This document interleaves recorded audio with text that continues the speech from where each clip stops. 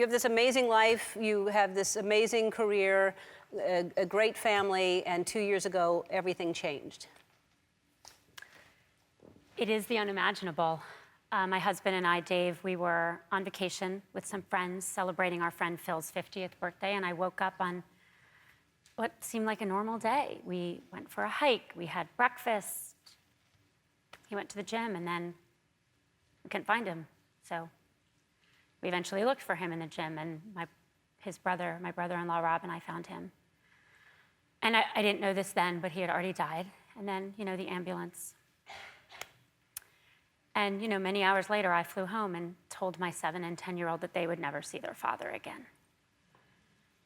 And grief, which I had never experienced, it's an overwhelming thing. It just stays with you. I felt like there was a void closing in on me. My brother-in-law, Rob, described it as a boot pushing on his chest. And my biggest fear is that my kids' lives, their childhood's happiness would be destroyed in that instant Dave died, gone.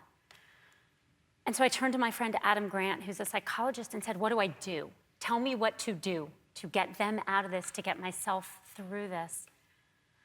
And what he taught me is that we're not born with a fixed amount of resilience. It's a muscle, and that means we can build it. We can build it in ourselves and our friends and our children.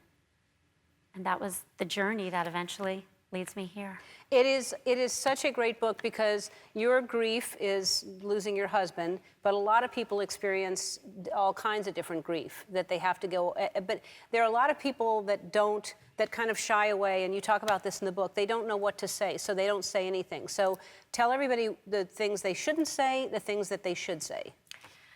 Hardship brings this huge elephant. It's like following you around. And again, it's not just death, it's cancer. You want to silence a room? Get diagnosed with cancer, losing a job, someone going to prison. We don't know what to say, so often we don't say anything at all. And I realized I used to do this. If someone was going through something hard, the first time I saw them, I would say, I hope you're okay. And then I would never mention it again because I thought I was reminding them. That's ridiculous. You can't remind me I lost Dave. I know I lost Dave. I know every day to this day and always will. So by not saying anything, you really destroy relationships. And for me, I used to drop my kids off at school and everyone would say hi, walk into work, and everyone would chit-chat. But after I lost Dave, it wasn't just the grief at home. It was the isolation, this big elephant following me around. People looked at me like I was a ghost. I think they were so afraid to say anything, they said nothing. And I think the other thing I got wrong is I used to say to people, is there anything I can do? And I meant it kindly. But it kind of shifts the burden to the person you're trying to help. They're supposed to tell you what to do. I didn't know what to say. Well, can you make Father's Day disappear so I don't have to live through it every year? Instead of offering to do anything, just do something. My friend Dan Levy, wonderful man, his a wonderful wife, Esther, they lost a child and they were in the hospital for many months, tragically. One of his friends texted him and said, I'm in the lobby of this hospital for a hug for the next hour, whether you come down or not. That is powerful. Yeah. That's really amazing. You are a very, very powerful woman. You, like I said, your career is huge, and yet during this process when you lost Dave, you lost self-confidence, which is amazing because you wouldn't think that it would affect that, but that must have surprised you. Yeah, I was shocked. I mean, I wrote Lean In. I wrote about self-confidence, and I had read about grief. I knew anger would come. Not as much as it did. I knew sadness would come, not as much did, but I had heard of that. No one had ever told me, or wasn't smart enough to think about the fact that it really trashed my self-confidence in every aspect. I went back to work. I couldn't get through a meeting without thinking of Dave, without tearing up. At home, I was parenting with Dave, then I had to parent on my own 2 grieving children.